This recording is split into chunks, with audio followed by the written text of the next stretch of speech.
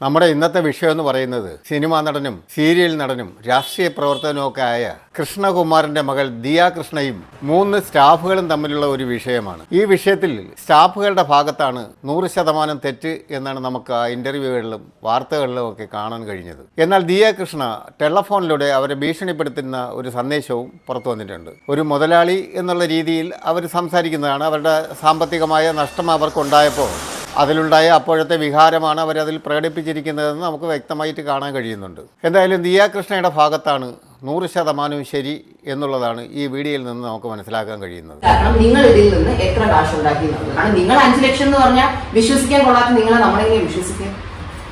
മനസ്സിലായില്ലേ? അതായത് വിശ്വസിച്ചിട്ടില്ല. ഓസിയുടെ ഒരു മാസം ബിസിനസ്സിന് എത്ര കിട്ടുമെന്ന് നിങ്ങൾക്കും അറിയാം, നമുക്കും അറിയാം.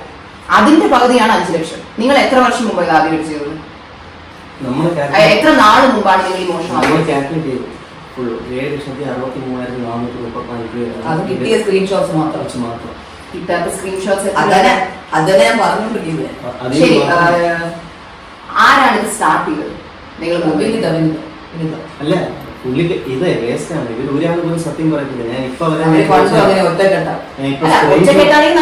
ഒറ്റക്കെട്ടാകുമ്പോ ഒരുമിച്ച് പോകാമല്ലോ, കൂട്ട് കാണും. പിന്നെ ഒന്നും പറഞ്ഞു. ഇത് ആരാണ് ആദ്യം സ്റ്റാർട്ട് ചെയ്തത്? വിനിതയാണ് ആദ്യം വന്നത്. എത്ര നാള് മുമ്പാണ് ഇത് ആദ്യം അടിച്ചത്? ആ ടൈം ലൈൻ പറയും. നിങ്ങൾ നിങ്ങൾക്ക് പറഞ്ഞു മനസ്സിലാക്കി കൊടുത്തൂടെ? സത്യം പറഞ്ഞാൽ നമുക്കിത് ക്ലീൻ ആയിട്ട് ഡീൽ ചെയ്യാം. അല്ലെങ്കിൽ ഇപ്പൊ ഞാൻ ഈ ചോദിക്കുന്നത് പോലെ പോലീസ് ആയിരിക്കും എന്ന് ചോദിക്കുന്നത്. വല്ല ആവശ്യമുണ്ടോ അതിന്റെയൊക്കെ? നമുക്ക് ആഗ്രഹമില്ല, എനിക്ക് ഒരിടത്ത് പോകണമെന്നില്ല. കാരണം നമുക്ക് അതിനുള്ള സമയമില്ല, സാവകാശമില്ല. പക്ഷെ ചെയ്തേ പറ്റൂ എന്ന് വെച്ചാൽ നമുക്ക് വേറെ വഴിയില്ല. കാരണം ഇത് അവള് തമാശയ്ക്ക് ചെയ്യുന്ന ബിസിനസ് അല്ല, ഇത് അവളുടെ ജീവിതത്തിലെ ജോലിയാണ്. പറ, എപ്പോഴാണ് ഇത് ആദ്യമായിട്ട് ചെയ്തത്? ഈ 3 പെൺകുട്ടികളും പൈസ എടുത്തു എന്ന് അവർ തന്നെ സമ്മതിക്കുന്നു. തുകയുടെ കാര്യത്തിൽ മാത്രമേ തർക്കമുള്ളൂ. തീർച്ചയായും ഇവർ പൈസ എടുത്തിരിക്കുന്നു എന്നുള്ളതൊരു സത്യമായ കാര്യമാണ്. ഈ കേസിൽ ഈ മോഷ്ടിച്ച 3 പെൺകുട്ടികളും ദിയയും തമ്മിൽ ഒരു കരാറുണ്ടാക്കിയിരുന്നു. 22 ലക്ഷം രൂപ തിരിച്ചു കൊടുത്ത് ഇവർ മറ്റ് കേസോ ക്രിമിനൽ കേസോ ഒന്നുമില്ലാതെ തന്നെ ഈ പ്രശ്നം പരിഹരിക്കാം എന്നുള്ളൊരു വാഗ്ദാനം ദിയ കൃഷ്ണകുമാറും ഒക്കെ ചേർന്ന് കൊടുത്തിരുന്നു. ആ കുട്ടികൾ അതിലും കുറച്ച് തുകയോ കയ്യിലുള്ളെങ്കിൽ അത് കൊടുത്ത് മാന്യമായി ഈ പ്രശ്നത്തെ ഒഴിവാക്കുന്നതിന് പകരം ഈ കുട്ടികൾ വേറെ ചില തരികിടകളാണ് ഇറക്കിയത്. ആ തരികിടകളെന്ന് പറയുന്നത് സമൂഹത്തിന്, ഈ താഴ്ന്ന ജാതിക്കാരെ സംബന്ധിച്ചിടത്തോളം വളരെ അപകടകരമായ ഒരു കാര്യമാണ് അവർ ചെയ്തിരിക്കുന്നത്. അതിനു പുറമെ തന്നെ കൃഷ്ണകുമാറിൻ്റെയും ദിയ കൃഷ്ണകുമാറിൻ്റെയും പേരിൽ ഇവർ കൗണ്ടർ കേസ് കൊടുത്ത് അവരെ അകത്താക്കാനും നോക്കി. അത് തന്നെ ഒരു തെറ്റായ പ്രവൃത്തിയായിരുന്നു. അവരുടെ സ്ഥാപനത്തിൽ നിന്ന് ഇത്രയും പൈസ മോഷ്ടിക്കുകയും എന്നിട്ട് അവർ പകുതിയിൽ കൂടുതൽ തുകയ്ക്കാണ് അവരൊരു സെറ്റിൽമെൻറ്റ് ഉണ്ടാക്കിയത്. ആ പൈസയിൽ കുറച്ചെങ്കിലും കൊടുത്ത് ആ പ്രശ്നത്തെ സെറ്റിൽമെൻറ്റ് ചെയ്യുന്നതിന് പകരം അവർ കൗണ്ടർ കേസ് കൊടുത്ത് ഇവരെ രണ്ടുപേരെയും അകത്താക്കാനാണ് ശ്രമം നടത്തിയത്. ഇവന്മാരാ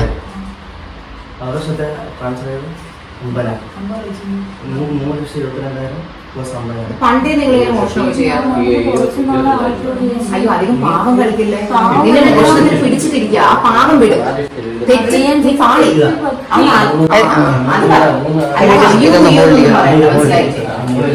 ആക്ച്വലി ഇല്ലപ്പോ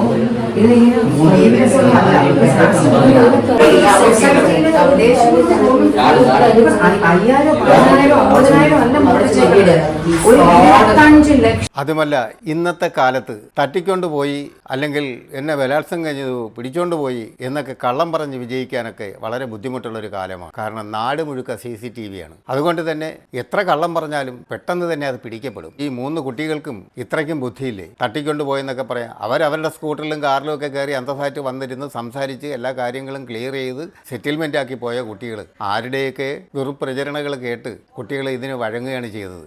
എനിക്കൊന്നേ പറയാനുള്ളത്, തീർച്ചയായിട്ടും ഈ ജാതിക്കാരുടെ ഇടയ്ക്കുള്ള കളി 100% നല്ലതല്ല. കാരണം എന്തെങ്കിലും കാശിൽ 1, 2, 3 കോടി കയ്യിലുള്ളവർ എന്തെങ്കിലും ഒരു ബിസിനസ് തുടങ്ങി, ജോലിക്കാരൊക്കെ ഏകദേശം 90% താഴെക്കിടയിലുള്ളവരാണ്. അവരെ ഏതെങ്കിലും കുട്ടികളെയൊക്കെ ജോലിക്ക് വയ്ക്കാമെന്ന് വിചാരിച്ചു കഴിഞ്ഞാൽ ഇത്തരം കാർഡുകൾ ഇറക്കി കളിക്കുകയാണെങ്കിൽ അവർക്ക് മനസ്സമാധാനമറ്റ് എങ്ങനെയായി ബിസിനസ് നടത്താൻ കഴിയുക? ഇത് വളരെയേറെ ചിന്തിക്കേണ്ട ഒരു കാര്യമാണ്. ഈ ജാതി കാർഡ് കളിക്കുന്നവർക്ക് എന്തായാലും വ്യക്തമായ ഒരു തെളിവില്ലാതെ, വ്യക്തമായി അവരെ അപമാനിച്ചു എന്നുള്ള കാര്യത്തിൽ തെളിവില്ലാതെ ജാതി കാർഡ് ഇറക്കിയുള്ള കളി 100% ഇത് അവസാനിപ്പിക്കേണ്ടതാണ്. പിന്നെ ദിയയോട് പറയാനുള്ളത് എന്ന് വെച്ച് കഴിഞ്ഞാൽ, ദിയ ചെയ്ത തെറ്റെന്ന് പറയുന്നത് ടാക്സ് വെട്ടിക്കാനുള്ള ഒരു ശ്രമം നടത്തിയിരിക്കുന്നു എന്നുള്ളത് വളരെ വ്യക്തമായിട്ട് നമുക്ക് മനസ്സിലാക്കാൻ കഴിയുന്നു. ഒരു ബിസിനസ്സുകൾ നടത്തുമ്പോൾ നമ്മൾ അല്പ ലാഭം ഉണ്ടാക്കാൻ ശ്രമിക്കുമ്പോൾ അതിൽ വരുന്ന അപകടമാണ് ഇത് സൂചിപ്പിക്കുന്നത്. ദിയ ഈ സെറ്റിൽമെന്റിന് തയ്യാറായത് തന്നെ ഇത് ടാക്സ് വെട്ടിച്ചു എന്നുള്ളതിന്റെ ഒരു തെളിവാണ്. കേന്ദ്ര ഗവൺമെന്റിന്റെയും സംസ്ഥാന ഗവൺമെന്റിന്റെയും ടാക്സുകളൊക്കെ വെട്ടിക്കാനുള്ള ഒരു ശ്രമം നടത്തിയതിലാണ് ഈ കുട്ടികൾക്ക് ഇവിടെ ഈ സ്ഥാപനത്തിൽ നിന്ന് ഇത്രയും പൈസ മോഷ്ടിക്കാനുള്ള ഒരു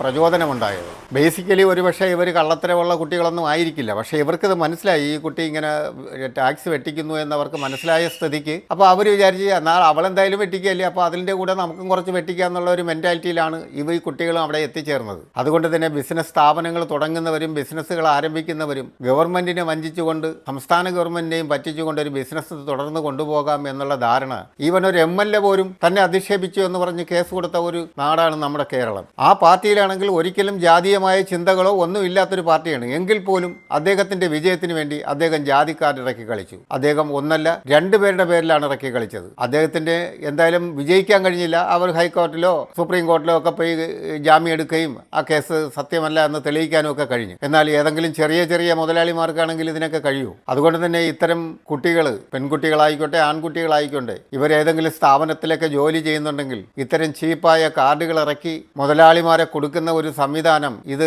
കേരളത്തിൽ നിരോധിക്കേണ്ടതാണ്. അല്ലെങ്കിൽ തന്നെ കേരളത്തിൽ നിന്ന് ഇത് ഒഴിവാക്കേണ്ടതാണ്. ഇത് ഒഴിവാക്കിയില്ലെങ്കിൽ താഴേക്കിടയിലൊക്കെയുള്ള കുട്ടികൾക്ക് ജോലികൾ കിട്ടാനുള്ള ബുദ്ധിമുട്ട് ധാരാളമാകും എന്നുള്ള കാര്യത്തിൽ ഒരു സംശയവുമില്ല. എല്ലാവരും ഇതിൻ്റെ അപകടത്തിൽ നിന്ന് മനസ്സിലാക്കുക. കുട്ടികളോട് പറയാനുള്ളത് ഇത്തരം ജാതി കാർഡുകൾ നീ ഇറക്കാതിരിക്കുക. ഈ ഒരു കുട്ടികളോടല്ല, നമ്മുടെ വോയിസ് കേൾക്കുന്ന എല്ലാ കുട്ടികളോടുമാണ് പറയുന്നത്.